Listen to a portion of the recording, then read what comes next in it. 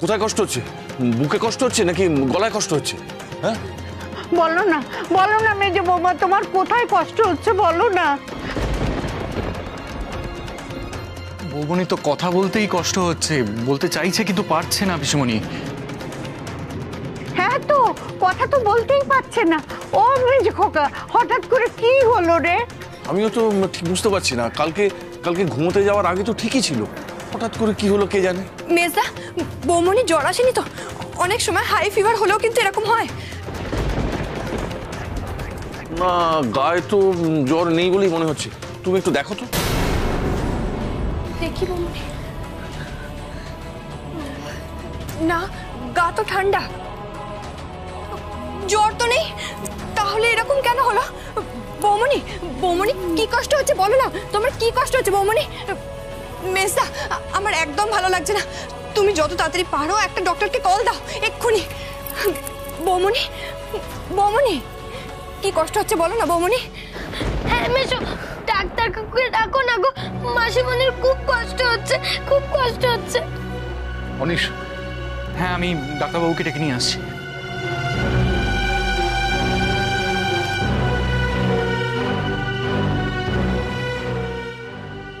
মেজো বৌমা তুমি ভালো হয়ে যাবে। অনেক ডাক্তার ডাক্তারকে আছে, ডাক্তার এসে গেলেই তুমি ভালো হয়ে যাবে, আমি বলছি কিচ্ছু হবে না। দুগ্গা দুগ্গা দুগ্গা দুগ্গা দুগ্গা দুগ্গা।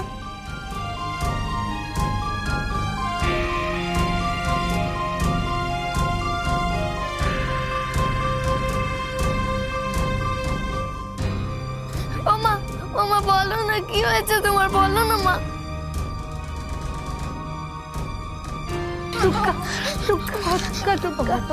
ভালো হয়ে যাবে মা। বৌমনির কি হয়েছে? কিছু বুঝতে পারছি না। অনিশ ডাক্তার ডাকতে গেছে। আমিও তো খবরটা পেয়ে ছুটে এলাম। সুস্থ মানুষ, কাল কত কথা বললো, কত কাজ করলো, হঠাৎ আজ এই অবস্থা। হ্যাঁ, আজও সুস্থ আছে ও। ডাক্তার আসুক, ভালো হয়ে যাবে।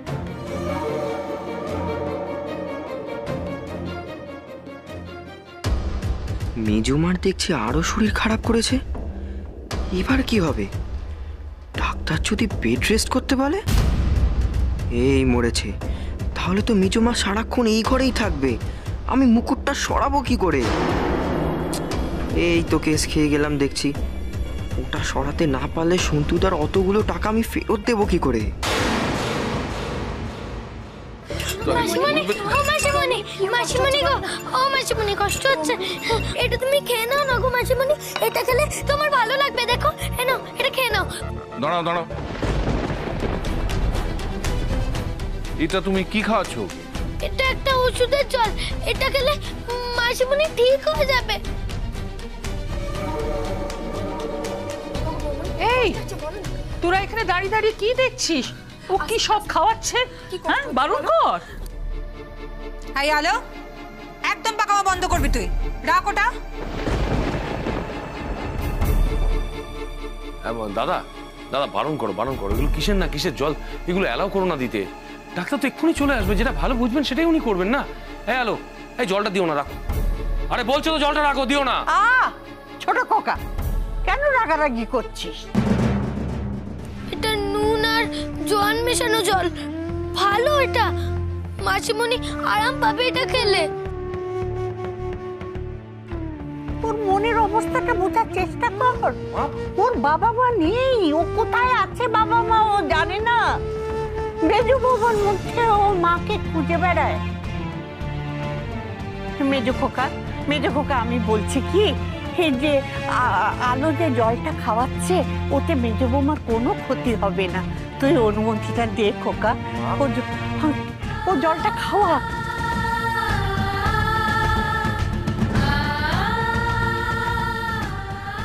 কেন মাসিমণি, একটু খাও, একটু খাও।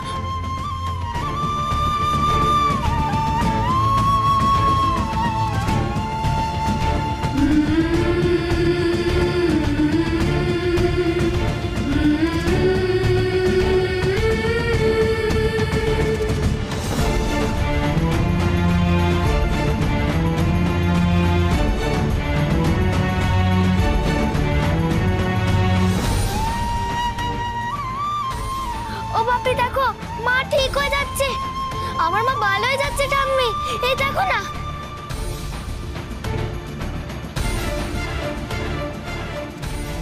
সত্যি তো, আলো রান্না জল তো দেখছি ম্যাজিকের মতো কাজ দিল। বৌমনি, তোমার আগের থেকে একটু বেটার লাগছে গো। আলো দিদু ভাই, কি খাওয়ালি রে? তোর না ওষুধ খেয়ে তোর মাসিমণি তো সুস্থ বোধ করছে। মেজো খোকা, আমি কি বলেছিলাম যে আলো রান্না ওষুধ খেলে মেজো বৌমার কোনো ক্ষতি হবে না, হতে পারে না। দেখ দেখ দেখ মেজো বৌমা কেমন সুস্থ হয়ে উঠছে। তোমরা প্লিজ থামবে, কিচ্ছু সুস্থ হয়নি মেসি। আমি তোমাকে বলছি দাদা ভাই, এটা কিন্তু হিতে বিপরীত হলো। দেখো না, দেখো মেসি কেমন নুয়ে পড়েছে। ডাক্তারবাবু এসে এই সেম কথাটাই বলবেন, তোমরা সবাই মিলিয়ে নিও। ঠিক বলেছিস তনু। আমি আর কি বলবো বলো মা, বাড়িতে তো কেউ আমার কোনো কথাই শোনে না। আমি কবে থেকে বলছি বাড়িতে একটা অশুভ শক্তির ছায়া পড়েছে, একটা না একটা অমঙ্গল ঠিক হবে। হলো তো, দেখো না, দেখো না, একটা সুস্থ মানুষটা ঘুমোতে এলো রাতে, আর এখন সকালবেলা ঠিক করে মুখ থেকে কথা বলছে না। আর বিশেষ করে কাল রাতে যা ঘটলো, তারপরে যার কি কি দেখতে হবে কে জানে। এই সব কিছু হচ্ছে আলোর জন্য। আলোর উস্কানিতে সবকিছু হয়েছে।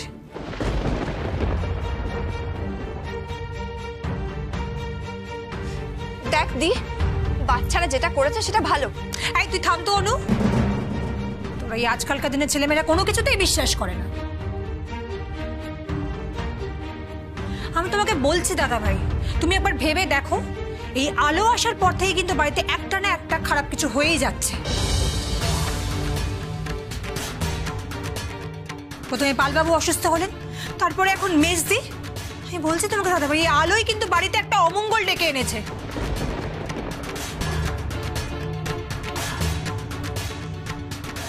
আমার জন্য মাসিমণি শরীর খারাপ হয়নি গো, তোমরা আমাকে বিশ্বাস করো। আমি তোমাদের সবাইকে খুব ভালোবাসি গো। মাসিমণি, ও মাসিমণি, মাসিমণি গো, বলো না তোমার আর কষ্ট হচ্ছে? মাসিমণি বলো না। একটু দাঁড়াও মাসিমণি, একটু দাঁড়াও। অনিশ কাকু এক্ষুনি ডাক্তার আঙ্কেলকে নিয়ে চলে আসবে, তুমি দেখো। একটু দাঁড়াও, একটু। আসুন ডাক্তারবাবু, এই তো আসুন, এই তো আসুন আসুন, অনিশ একটা চেয়ার দে। হ্যাঁ হ্যাঁ হ্যাঁ, এই তো আসুন আসুন। বসুন।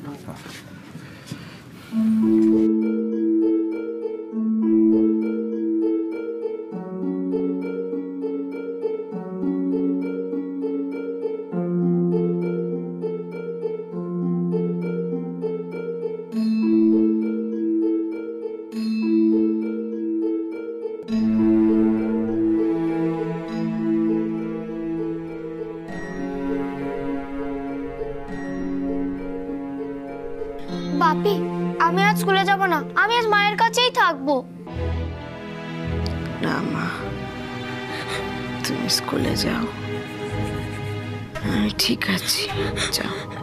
না না, আমি আজ তোমার কাছেই থাকবো, আমি কোথাও যাব না মা। প্লিজ, আমি আজ স্কুলে যাব না বাপি, প্লিজ। ছায়া চিত করো না, স্কুলে যাও। এরম করে না মা, কদিন পরেই পুজোর ছুটি, এখন না গেলে হোমওয়ার্ক করে জানতে পারবে না। ছায়া, তুই স্কুলে যা রে, আমি তো মাসিমণির কাছে আছি, আমি মাসিমণিকে ঠিক খেয়াল রাখবো, দেখিস। ও বাপি প্লিজ, আমি যাব না, প্লিজ আমি যাব না স্কুলে, প্লিজ আমি আর স্কুলে যাব না। ছায়া, কেন জেদ করছো? স্কুলে যাও, আমরা তো সবাই আছি। স্কুল থেকে ফিরে তুমি আবার মায়ের কাছে আসবে, ঠিক আছে? মালা, ছায়াকে নিয়ে যাও, গিয়ে স্কুলের জন্য রেডি করে দাও।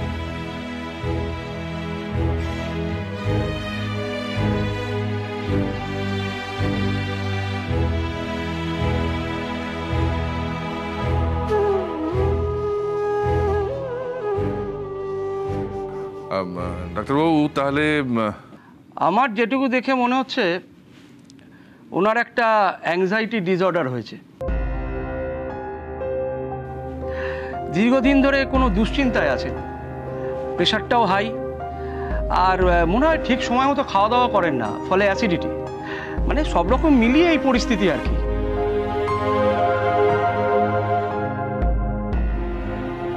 হ্যাঁ ডাক্তারবাবু, ওই জন্যই মনে হয় আলো রান্না জলটা খেয়ে বৌমনির একটু কাজ দিয়েছে, অ্যাসিডিটিটা একটু কমেছে, আর বৌমনি একটু আগের থেকে বেটার ফিল করছে। আলো, ডাক্তারবাবুকে বল যে জলে কি দিয়েছিলিস। জোয়ান আর নুন। হতে পারে কাজ হয়েছে হয়তো, কিন্তু ওনার যা শরীরের অবস্থা তাতে পুরোপুরি সুস্থ হতে একটু সময় লাগবে। আর প্রেশারটাও হাই, তাই হাঁটা চলা যত কম করবে ততই ভালো থাকবে, কেন হঠাৎ যদি মাথা ঘুরে পড়ে যায় তাতে বিপদ আসবে। শুনলে তো, এখন শুধু বিশ্রাম। আর হ্যাঁ, টেনশন কিন্তু কম করুন মিসেস অধিকারী। আর আমি এই টেস্টগুলো লিখে দিলাম, এগুলো একটু ওই আপনি করিয়ে নেবেন। হ্যাঁ, আর রিপোর্টটা আমাকে গিয়ে একবার দেখিয়ে নেবেন। ওকে? আর হ্যাঁ, এখন কিন্তু কমপ্লিটলি বেড রেস্ট। ঠিক আছে, আমি এই টেস্টগুলো করিয়ে আপনার সঙ্গে দেখা করে নিই। তাহলে আমি তাহলে আসি। Thank you. আসুন।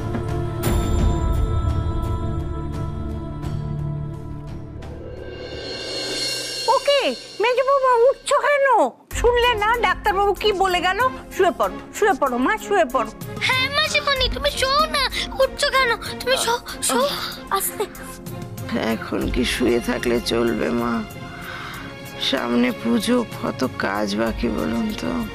বাড়িতে অনেক লোক আছে, তুমি আর এ নিয়ে দুশ্চিন্তা করো না মা, কাজের ব্যবস্থা ঠিক হয়ে যাবে। হ্যাঁ বৌমনি, তুমি চুপটি করে শুয়ে রেস্ট নাও তো, সব ম্যানেজ হয়ে যাবে, একদম টেনশন করো না। তুমি বরঞ্চ একটা কাজ করো, তুমি দিকে সবটা বুঝিয়ে দাও, ও করে নেবে কাজগুলো। ছোট কোনোদিন পুজোর কাজ করেনি রে, ও পারবে না।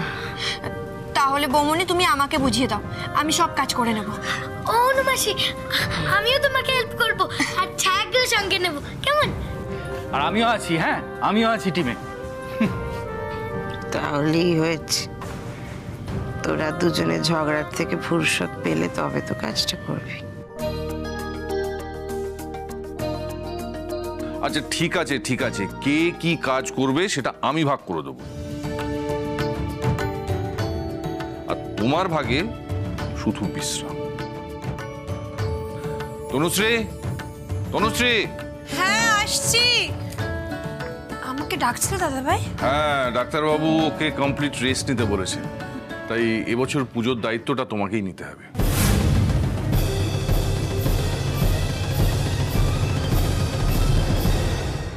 না মানে দাদা ভাই, আমি তো কখনো পুজোর কাজ করিনি, আমি মনে ঠিক পারবো না দাদা ভাই। দাদা, আমি বলছিলাম যে ও পারবে না মনে হয় দাদা, বরং ওকে দিলে আরো বেশি গন্ডগোল হয়ে যাবে। দেখো দাদা, ও কি বৌমনির মতো না দু ওরকম নিষ্ঠা ভরে উপোস করে এরকম ভাবে কোনোদিন পুজো করেছে? ও পারবে না, ও পারবে না দাদা। ইনফ্যাক্ট ও খালি পেটে একবেলা থাকতে পারে না, ডাক্তার তো বলেছে ওকে ইনফ্যাক্ট না থাকতে, মানে খালি পেটে না থাকতে। তো আমার ধারণা দাদা ও পারবে না দাদা। হ্যাঁ হ্যাঁ দাদা ভাই, ওনা একদম ঠিক বলছে, আমি পারবো না গো। আর তারপরে যদি কোনো কিছু ভুলচুক হয়ে যায়? বাড়ির বউ যদি পারবো না বলে তাহলে পুজোটা কেমন করে হবে? সেটা আমি কি করে বলবো বলুন মা, সেটা আপনারা ভালো বুঝবেন। কি আছে, এই বছর পুজোটা না হয় বন্ধ থাক।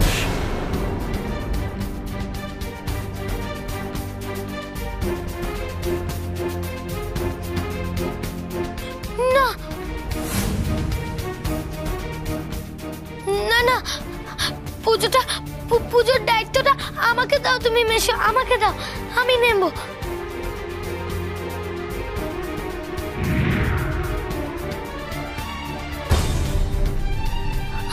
আমি ছায়া অনুমাসে সবাই মিলে একসঙ্গে কাজটা করে নিতে পারবো। আমিও তো তাই বিশ্বাস করি দিদি ভাই, পারলে তুমিই পারবে। জানো জানো মেজো বৌমা, কাল সারা রাত ধরে ছায়াকে দিয়ে ও মায়ের শাড়ি পরিয়েছে।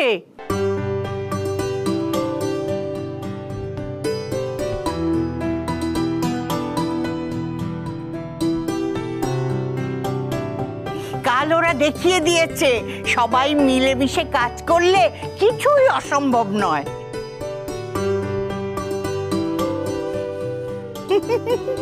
আমি তো ছায়া দিদু ভাইকে দেখে অবাক, যে মেয়ে কারুর সঙ্গে কোনো রকম ভাব করতো না সেই মেয়ে এখন সকলের সঙ্গে মিলে মিশে ভাব করছে, সবকিছু করছে।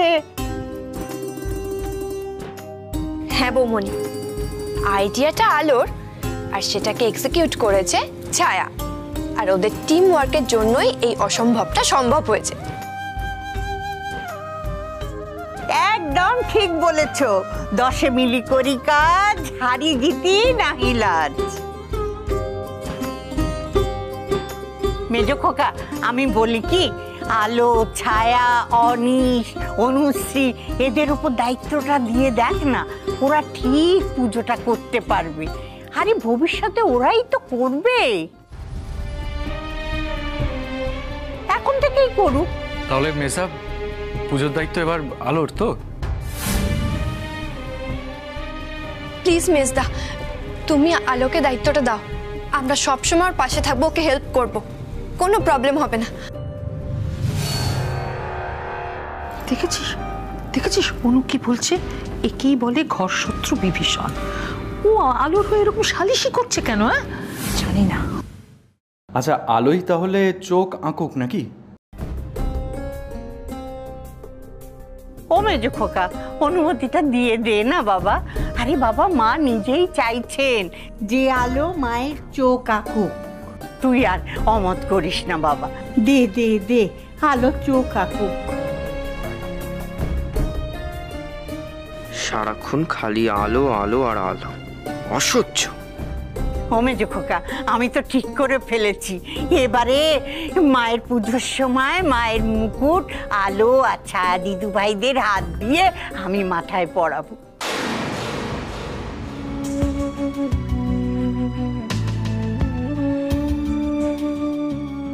ওই মুকুট এবার থেকে ওদের হেফাজতেই থাকবে, বুঝেছিস?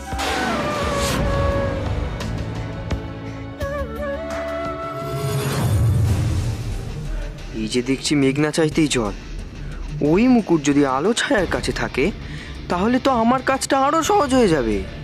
মুকুট সরাবো আমি, আর দোষ পড়বে ওদের ওপর। সবাই মিলে বলবে ওরা দায়িত্ব সামলানোর অযোগ্য। ও মা দুর্গা, তুমি তো দেখছি আমার টিমে, সব কিছু কেমন সহজ করে দিলে। বেশ,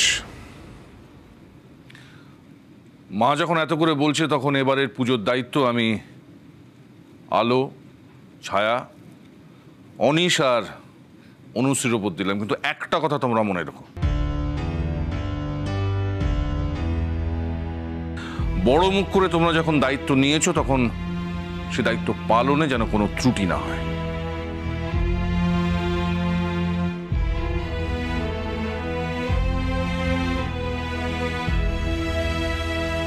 অধিকারী বাড়ির সম্মান যেন বজায় থাকে। তুমি নিশ্চিন্তে থাকো মেজদা, আমরা আমাদের কাজ একদম ঠিকভাবে করব। আর একটা কথা, তোমাদের দ্বিতীয় আর্জিও আমি মেনে নিলাম। আলোই মায়ের চোখ আঁকবে।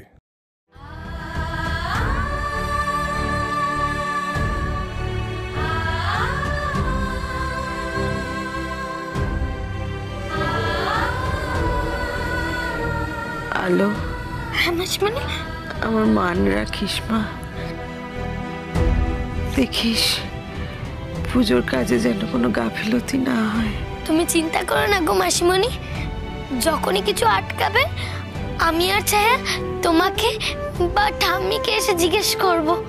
তুই ছায়াকে যেমন ভালোবাসছিস এখন, ঠিক ভুলটা চেনাচ্ছিস, ভালো ভালো শিক্ষা দিচ্ছিস, তেমন করেই সারাটা জীবন ওকে আগলে রাখিস মা।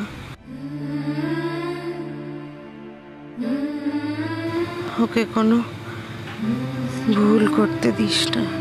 এমন করে কেন বলছো? এমন করে কেন বলছো মাসিমণি? তুমিও তো আমাদের সঙ্গে থাকবে।